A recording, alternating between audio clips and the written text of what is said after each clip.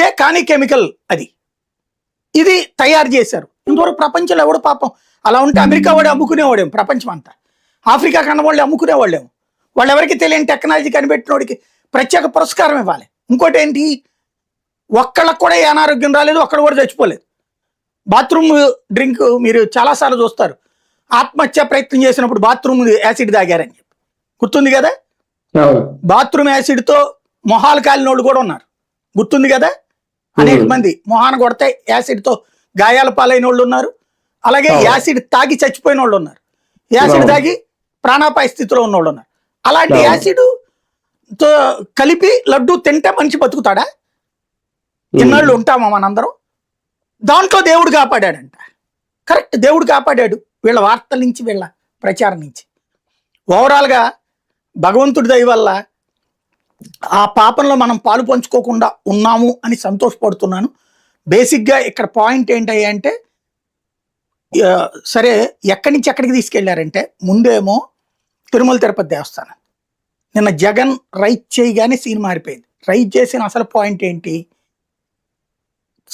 స్విట్ ఇచ్చిన నివేదికలో ఒక 4 ట్యాంకర్లని ఈ ప్రభుత్వం వచ్చిన నెల తర్వాత వచ్చినాయి బోలేబాబా డైరీ నుంచి. వాటిని రిజెక్ట్ చేసింది టీటీడీ, టెస్ట్ చేసి రిజెక్ట్ చేసింది, కనిపెట్టి రిజెక్ట్ చేసింది.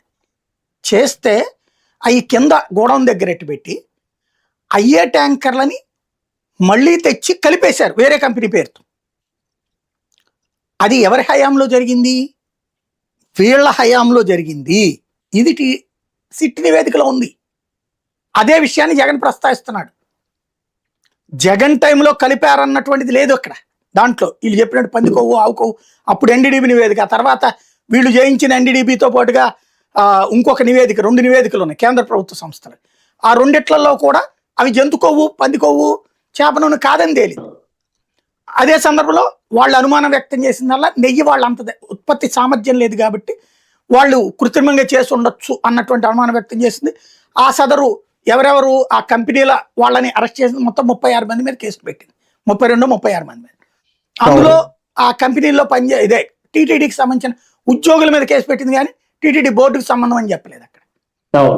ఇది కీ పాయింట్. రెండవది అంటే ఇక్కడ ఈ మొత్తం వ్యవహారంలో వచ్చిన ట్యాంకర్లలో అంతకుముందు 18 జగన్ టైంలో రిజెక్ట్ చేశారు, 14, 19లో చంద్రబాబు టైంలో 15 రిజెక్ట్ చేశారు. ఈ ప్రొసీజర్ తయారు చేసింది కూడా చంద్రబాబు టైంలో, ఏది చెక్ చేసే ప్రొసీజర్, ఎలా నెయ్యిని అలౌ చేయాలన్నట్టు దాని ప్రకారమే చేశారు. వీళ్ళు వచ్చాక కూడా వాళ్ళు అందులో చెక్ చేసే ప్రొసీజర్ ఏం మార్చలా, ప్రొక్యూర్మెంట్ ప్రొసీజర్ మార్చారు. చిన్న చిన్న కంపెనీలో అయినా ఇవ్వచ్చు అని, అంతేగాని టెస్ట్ చేసే ప్రొసీజర్ ఏం మార్చాల, అదే ఇంప్లిమెంట్ చేశారు.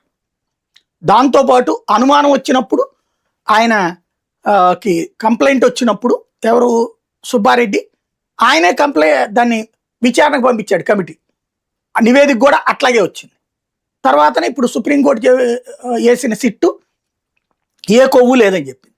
ఇక్కడ కొవ్వు పాయింట్ని నిదానంగా తగ్గించి అది ఎప్పుడైతే బూమరాంగ్ అయిందో ఇక ఈ కాన్సెప్ట్ బిగిన్ చేశారు. ఏంటది,